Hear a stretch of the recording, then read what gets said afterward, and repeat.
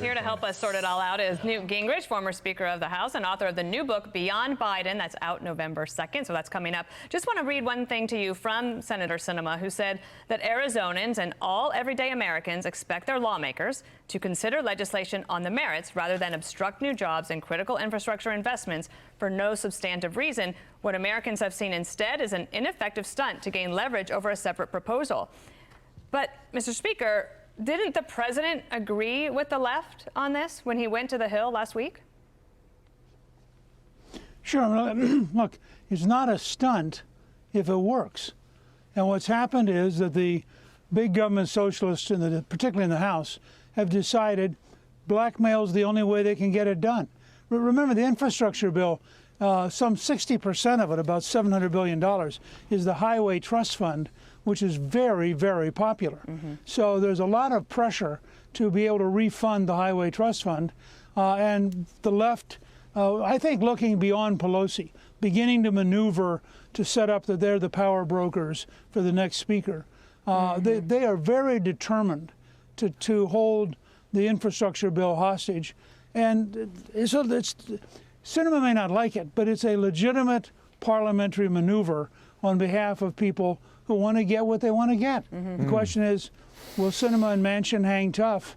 And if they do, does it all kind of just melt down? Well, if the price tag's been lowered, you know, you wonder what stays and what goes. And I don't know how you arrive at that, Mr. Speaker.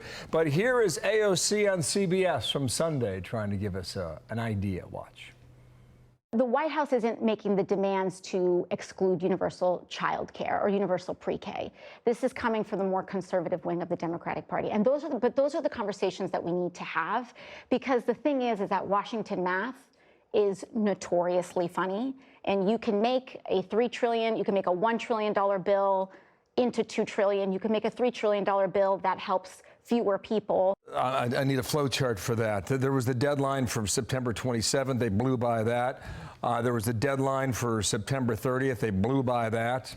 Now they're talking Halloween. We'll see whether it happens or not. I mean, big picture, Mr. Speaker. Do they get this done? Do they get this done? And if so, what does it look like?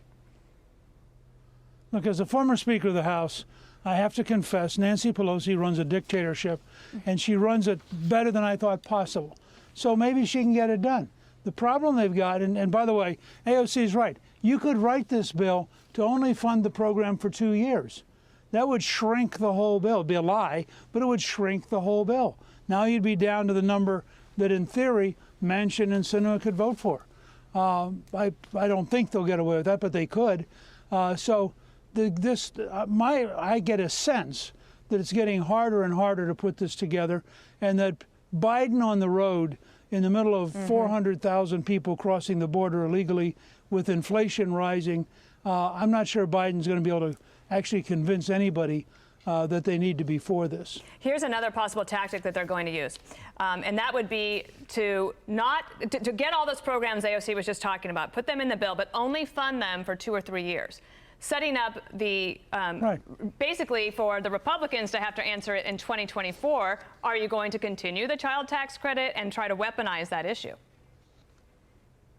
Sure. Look, it'd be perfectly reasonable as a strategy. Now, the Congressional Budget Office and others would score it as permanent because they'd say that's not going to be dropped.